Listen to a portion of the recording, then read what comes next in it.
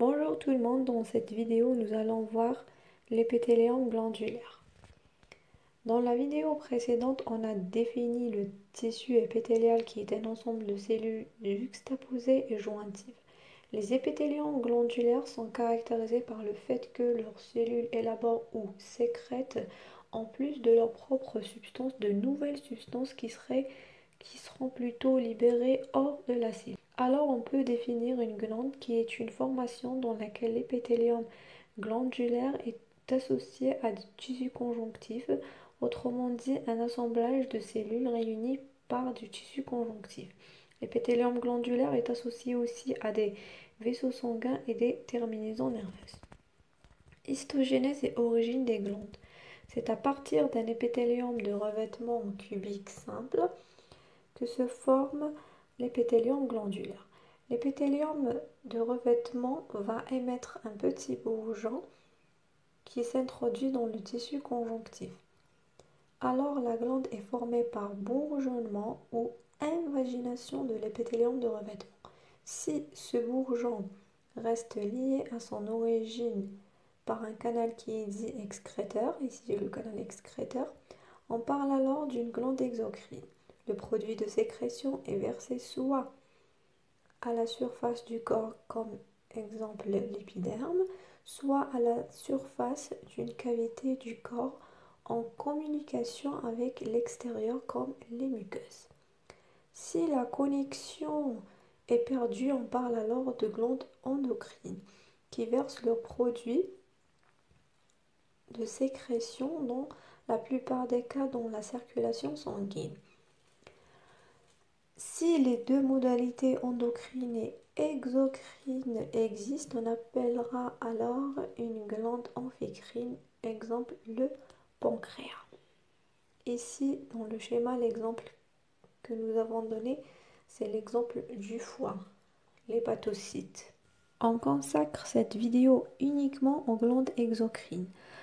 Les glandes exocrines déversent leurs produits de sécrétion dans le milieu extérieur ou dans une cavité de l'organisme en continuité avec le milieu externe par un ou des canaux excréteurs.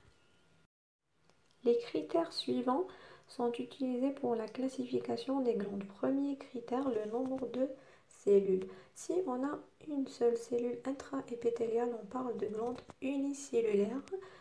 Dans ce cas, on n'a pas de canal excréteur. Le produit de sécrétion de la glande est alors directement déversé dans le milieu extérieur ou dans une cavité en continuité avec lui. Il s'agit de cellules glandulaires situées dans un épithélium de revêtement comme les cellules muqueuses caliciformes. Voici les cellules muqueuses caliciformes. Ils déversent leurs produits directement dans la lumière. Soit une glande pluricellulaire. Ainsi, on a 4 critères de classification de glandes pluricellulaires. Premièrement, la forme du canal excréteur. Deuxièmement, la forme de la partie sécrétrice. Troisièmement, le mode d'excrétion. Quatrièmement, la nature du produit de sécrétion. Commençons par le premier critère de classification qui est la forme du canal excréteur. Le produit de sécrétion débouche dans une cavité par l'intermédiaire d'un canal dit canal excréteur. Ici, dans cette photo, le canal excréteur est celui en orange dans toutes les illustrations. Lorsque le canal excréteur est non ramifié, comme dans le cas ici, on parle alors d'une glande simple. Lorsque le canal excréteur est ramifié, c'est-à-dire qu'il a des ramifications, on parle alors d'une glande composée. Concernant toujours la forme du canal excréteur, ici on a un tube sécrétoire, pas de canal excréteur. C'est une glande tubuleuse droite simple, exemple l'estomac. Ici on a plusieurs tubes sécrétoires, pas de canal excréteur, une glande tubuleuse droite ramifiée. Toujours le cas d'estomac. Le A et le B, ce sont deux cas exceptionnels de glandes exocrines qui n'ont pas de canal excréteur. Ici, on a un tube sécrétoire et un canal excréteur, glande tubuleuse contournée, simple, comme la glande sudoripaire. Ici, on a plusieurs portions excrétrices et un canal excréteur. C'est une glande tubuleuse contournée ramifiée, alors c'est une glande simple. Ici, pour ne pas confondre, la ramification concerne la partie excrétrice. C'est pour ça qu'on l'a classifiée de glande simple et ne pas de glande composée.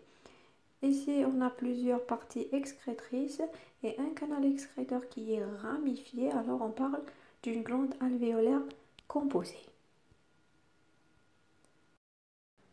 Deuxième critère de classification, c'est la forme de la partie sécrétrice. On a ici une forme tubuleuse, c'est un tubule, une forme acineuse, la forme des acinies, et troisièmement une forme alvéolaire. Et il y a une forme tubulo-acineuse. On détaille chaque forme à l'aide de l'image suivante. Commençons par la glande acineuse. Un acinus est un groupe de cellules sécrétrices. Il a l'aspect d'un grain de raisin dans la forme d'une petite sphère, voilà, avec une lumière réduite. Une glande acineuse est formée par de nombreuses acinies reliées par des canaux, ce qui est dans l'aspect d'une grappe de raisin. Dans le cas du pancréas exocrine, il existe une cellule centrale, c'est la cellule centro-acineuse. Deuxièmement, la glande tubuleuse. L'unité sécrétrice est appelée tubule. Elle a la forme d'un cylindre allongé. Voici un tubule.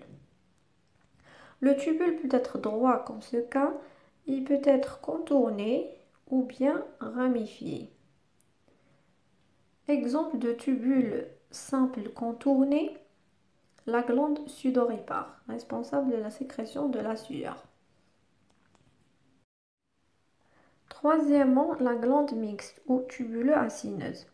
Elle a la forme d'un tubule qui se termine par un acinus. Elle est très apparent ici, un tubule et un acinus. Exemple, les glandes salivaires qui produisent la salive. Quatrièmement, la glande alvéolaire. Les alvéoles sont souvent confondus avec les acinies, sauf que la différence réside dans leur lumière qui est plus importante que celle des acinies. On le voit très bien ici que la lumière des alvéoles ici, et ici c'est des acinies, la lumière ici est plus importante. On a deux exemples, la glande mammaire pour la production de lait et la glande sébacée, la production du sébum. Troisième critère de classification, le mode d'excrétion. Le mode d'excrétion d'une glande. Alors, la phase d'excrétion pendant laquelle le produit est expulsé n'est jamais continue et peut s'effectuer selon trois modalités principales. Soit une excrétion mérocrine, une excrétion holocrine ou bien apocrine.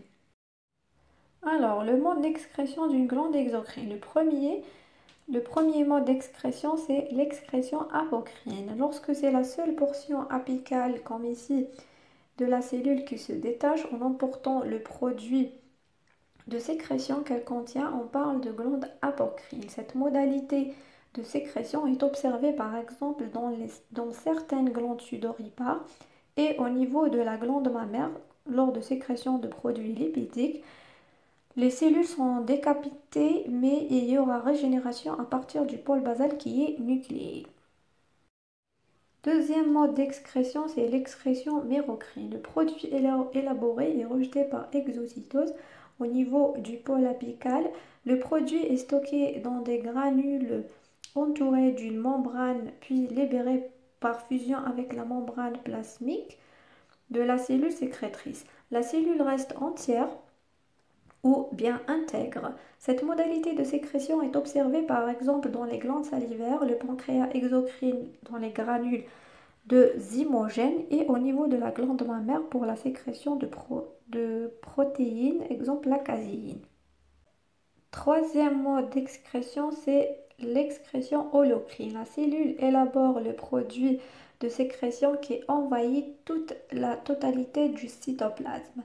La cellule entière se désintègre en même temps que le produit de sécrétion, l'exemple de la glande sébacée. Quatrièmement et dernièrement, la nature du produit de sécrétion. Les glandes exocrines produisent des substances de nature soit muqueuse, soit séreuse. Selon la nature de la sécrétion, trois types de glandes sont répertoriés, la glande séreuse, la glande muqueuse et la glande mixte. La glande séreuse, le produit élaboré est une protéine ou plusieurs, généralement enzymatiques. Exemple, le pancréas exocrine. Les cellules séreuses possèdent un noyau parabasal, une lumière réduite et des limites cellulaires peu visibles et un cytoplasme foncé. La glande muqueuse, le produit élaboré est de nature grain de mucine. Les cellules muqueuses possèdent un noyau basal ou cupuliforme, une lumière cellulaire large, des limites cellulaires nettes et un cytoplasme clair. Certaines glandes contiennent des acinies des deux types. Ce sont donc des glandes séromuqueuses ou bien muqueuses séreuses. Exemple, les glandes sous-maxillaires et sous-mandibulaires sont du premier type, les glandes sublinguales du deuxième type.